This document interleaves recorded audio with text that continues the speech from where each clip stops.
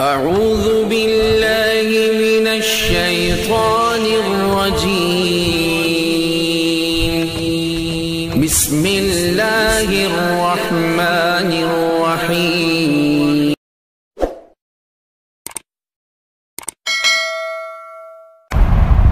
دوسری بات، یہ تو میں نے سورت اترنے کی وجہ بیان کی۔ اب دوسری بات، یعقوب علیہ السلام جو یوسف علیہ السلام کے والد ہیں، ان کے تعلق سے کچھ باتیں ہو جائے۔ یعقوب علیہ السلام کی کل 4 بیویاں تھیں، ان میں سے ایک بیوی سے 6 بچے تھے، باقی جو 3 بیویاں تھیں، تینوں بیویوں سے 2 بچے تھے، کل 12 اولاد تھی۔ 12 اولاد۔ آپ کی جو ایک بیوی جن کا نام راحیل تھا، ان سے 2 بیٹے تھے، حضرت یوسف علیہ السلام اور بنیامین۔ یہ دونوں سب سے چھوٹے بیٹے ہیں۔ یعقوب علیہ السلام کے مفسرین نے لکھا ہے، تاریخ روایت ہے کہ راحیل جب بنیامین کی ولادت ہوئی تو اس وقت ان کا انتقال ہو گیا، اس لیے یوسف علیہ السلام اور بنیامین کی تربیت کرنے والی کوئی عورت نہیں تھی۔ اب میں اس لیے یہ نقطے سنا رہا ہوں کہ یوسف علیہ السلام کی طرف توجہ یعقوب علیہ السلام کی زیادہ تھی، بنیامین کی طرف توجہ یعقوب علیہ السلام کی زیادہ تھی۔ کوئی یہ سوچے کہ نبی ہو کر اپنی اولاد کے تعلق سے کمی زیادتی کا معاملہ کر رہے ہیں۔ یعقوب علیہ السلام نبی ہے اور ایک بچے کی طرف توجہ زیادہ ہے، دوسرے بچے کی طرف توجہ کم ہے۔ میں نے آپ کے سامنے پورا منظر رکھا کہ یعقوب علیہ السلام زیادہ توجہ یوسف علیہ السلام کی طرف جو فرما رہے ہیں، اس کی ایک وجہ یہ بھی تھی کہ ان کی والدہ نہیں تھی، تو والدہ نہیں تھی تو باپ کی ذمہ داری بنتی تھی کہ باپ اس کی تربیت کرے، اس کی طرف توجہ کرے۔ ہمارے یہاں ایسا ہوتا ہے، ہمارے معاشرے میں، ہماری سوسائٹی میں، کہ ماں نہیں ہوتی، باپ دوسری شادی کرتا ہے تو باپ اپنے اس بچے کو اپنی اس بیوی کے حوالے کر دیتا ہے۔ وہ بیوی اس کے ساتھ کیا سلوک کرتی ہے ہم اپنی آنکھوں سے دیکھتے ہیں۔ وہ معلوم نہیں کن کن مظالم سے گزرتا ہے اور اس بچے کے ساتھ کیا کیا ظلم کیے جاتے ہیں، وہ ہم اپنے معاشرے میں دیکھتے ہیں۔ لیکن نبی تھے، نبی فراست تھی، اس لیے اپنے بچے کو اپنے دوسری بیوی کے حوالے نہیں کیا، خود تربیت فرما رہے، خود توجہ فرما رہے۔ اور بھی وجوہات تھی۔ ایک بڑی وجہ یہ تھی کہ آپ کے اندر وہ آثار دیکھ رہے تھے کہ یہ مستقبل میں نبی بننے والا ہے، اس لیے ان خوبیوں کی وجہ سے بھی توجہ تھی۔ اور تیسری وجہ یہ بھی تھی کہ آپ چھوٹے تھے لیکن والد کے مطیع اور فرمانبردار تھے، والد کی خدمت چھوٹا ہونے کے باوجود بھی کرتے تھے۔ اب ظاہر بات ہے جب ایک بیٹے کے اندر خوبی ہوگی تو باپ اس کی طرف غیر اختیاری طور پر مائل ہوگا، اس لیے یہ نبی کی شان کے خلاف نہیں ہے۔ نبی حضرت یعقوب علیہ السلام کی جو توجہ تھی حضرت یوسف علیہ السلام کی طرف، وہ بجا تھی۔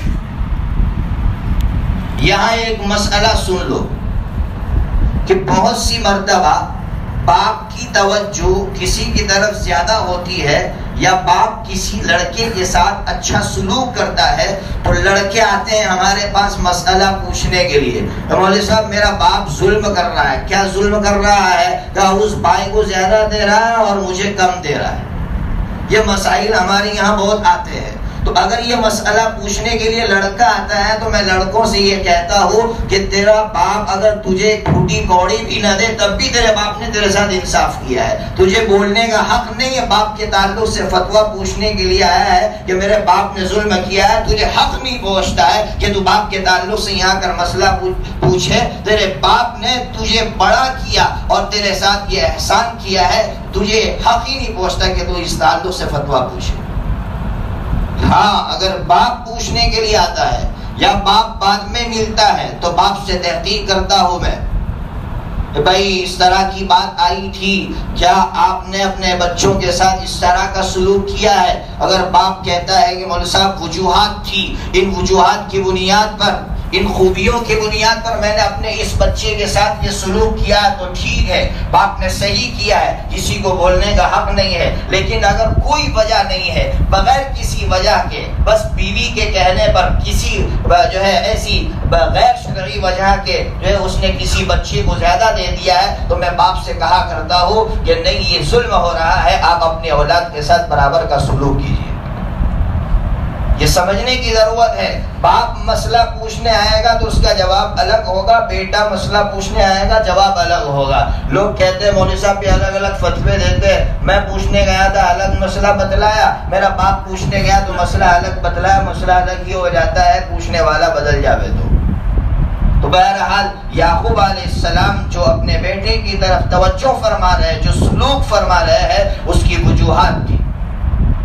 جب یہ ہوا اس کے بعد یوسف علیہ السلام نے خواب دیکھا۔ کیا خواب دیکھا؟ خواب یہ دیکھا جو قرآن کریم بیان کر رہا ہے، انی رأیت 11 کوکبا والشمس والقمر رأیتهم لی ساجدین۔ فرما رہے ہیں کہ میں خواب میں دیکھ رہا ہوں کہ 11 ستارے ہیں، چاند اور سورج ہے، وہ میرے سامنے سجدہ کر رہا ہے۔ یہ خواب کس کے سامنے بیان کر رہے ہیں؟ اپنے والد محترم کے سامنے خواب بیان کر رہے جو نبی ہے۔ فوراً باپ نے تاڑ دیا اور باپ نے کہا دیکھو بیٹا، ایک بات یہاں یہ یاد رکھو کہ یعقوب علیہ السلام سے جب بات کر رہے ہیں یوسف علیہ السلام تو کیا جملہ نقل فرما رہے؟ یا ابتی، یا ابتی۔ یا ابتی کا معنی ہوتا ہے اے میرے پیارے والد، اے میرے ابو جان، اے میرے پیارے والد۔ قرآن ہمیں یہ سکھا رہا ہے کہ بچوں کو جب اپنے باپ کو خطاب کرے تو بچہ اپنے باپ کو اسی طرح خطاب کرے، میرے پیارے والد، میرے ابو جان، اس طرح۔ لیکن ہمارا یہ ماڈرن زمانہ یہ سکھا رہا ہے کہ باپ کو کہو ڈیڈی۔ ڈیڈ کے معنی انگریزی والے جانتے ہیں ڈیڈ کے معنی کیا ہوتے ہیں؟ Expired dead. تو ظاہر بات ہے ڈیڈی، پپا، کہیں معلوم نہیں کیا کیا الفاظ استعمال کرتے ہیں۔ یہ قرآن ہمیں سکھا رہا ہے کہ اپنے والد کے لیے اچھے لفظ استعمال کرو، پیارے والد، ابو جان، اس طرح کے الفاظ استعمال کرنے چاہیے۔ بہرحال باپ نے جب یہ خواب سنا تو فوراً کہا کہ میرے بیٹے یہ خواب اپنے بھائیوں کے سامنے بیان مت کرنا، یہ خواب اپنے بھائیوں کے سامنے بیان مت کرنا۔ یہاں سے علماء نے ایک نقطہ نکالا کہ آپ کو اگر اللہ نے کوئی نعمت دی ہے تو یہ نعمت آپ ہر کسی کے سامنے بیان مت کیجئے، اور بلکہ آج کے اس فتنے کے دور میں تو میں کہا کرتا ہوں ہر کسی کے سامنے نہیں، کسی کے سامنے بھی بیان مت کرو، کیونکہ آج تو حاسدین کا زمانہ ہے، ہر کوئی حسد کرنے والا ہے۔ بھائی ہو، معلوم نہیں تو ساتھ میں رہنے والا دوست ہی کیوں نہ ہو، کس دن وہ آپ کو اندر سے کھوکھلا کر دے گا پتہ نہیں ہے۔ اس لیے اگر آپ کو کوئی نعمت مل رہی ہے تو آپ اس نعمت کو چھپا دیجئے، کسی کے سامنے بیان مت کیجئے۔ یہ یعقوب علیہ السلام کے اس جواب سے یہ نقطہ نکلتا ہے۔ ہم لوگ عام طور پر کیا کرتے ہیں، جو بھی نعمت ملتی ہے، چاہے کچھ پیسے ہاتھ لگے یا کوئی بھی نعمت ہاتھ لگی تو ہم فوراً اپنے دوستوں کے سامنے بات رکھتے ہیں، اور معلوم نہیں کس کس کے سامنے رکھتے ہیں۔ میں تو یہ کہا کرتا ہوں کہ صرف نعمت ہی نہیں، ایک اور بات یاد رکھو، گھروں میں جھگڑے ہوتے ہیں، باپ بیٹے کے جھگڑے ہوتے ہیں تو بیٹا کیا کرتا ہے، اپنے دوست کے سامنے بیان کرتا ہے، کبھی جو ہے چوراہے پر کوئی ملا اس کے سامنے بیان کرتا ہے۔ اس وقت آپ کو ایسا لگتا ہے کہ پوری دنیا آپ کی محسن ہے، آپ کی خیر خواہ ہے، اور آپ کا باپ ہی آپ کا سب سے بڑا دشمن ہے۔ یہ دنیا ایسی ہے، یہ دنیا کرتی ہی ایسا ہے۔ تو پھر آپ سب کے سامنے اپنے گیت گاتے ہیں، اپنی داستانیں سناتے ہیں۔ میں کہا کرتا ہوں اپنے گھر کے جھگڑے آپ اپنے باپ کے سوا کسی کے سامنے بیان مت کیجئے۔ تھرڈ پارٹی جو ہوتی ہے وہ صرف مزہ لیتی ہے اس وقت دنیا میں، وہ کبھی انصاف کرنے کے لیے نہیں بیٹھتی ہے، کوئی انصاف کرنے والا نہیں ہے، وہ صرف مزہ لیتے ہیں۔ آپ کا باپ اگرچہ آپ کو ابھی دشمن نظر آ رہا ہے، لیکن ایک وقت آئے گا کہ وہ آپ کا باپ آپ کا بہت بڑا سہارا ہوگا۔ خود میں نے تجربہ کیا ہے کہ ابھی میں یہاں بمبئی گیا تھا تو میرے پاس پڑھا ہوا ایک طالب علم فارغ ہو گیا، 1 سال ہو گیا، 1 سال اس نے مدرسے میں پڑھایا، سمجھنے کی ضرورت ہے۔ وہ میرے پاس آیا، رونے لگا۔ میں کہا کیا ہوا بھائی؟ تو کہا میرے ابا نے کہا کہ کیک بنانے کی فیکٹری میں کام کرو۔ میں کیا کروں؟ سارے علماء نے مجھ سے کہا کہ تمہاری باپ کی بات مت مانو. کتنی تنخواہ ملتی ہے؟ تو کہا 5,000 دیتے ہیں. میں مدرسے میں پڑھاتا تھا, 10,000 میری تنخواہ تھی. تو سارے علماء مجھ سے یہ کہہ رہے کہ تمہارے باپ کی بات مت مانو اور مدرسے میں پڑھانے لگ جاؤ.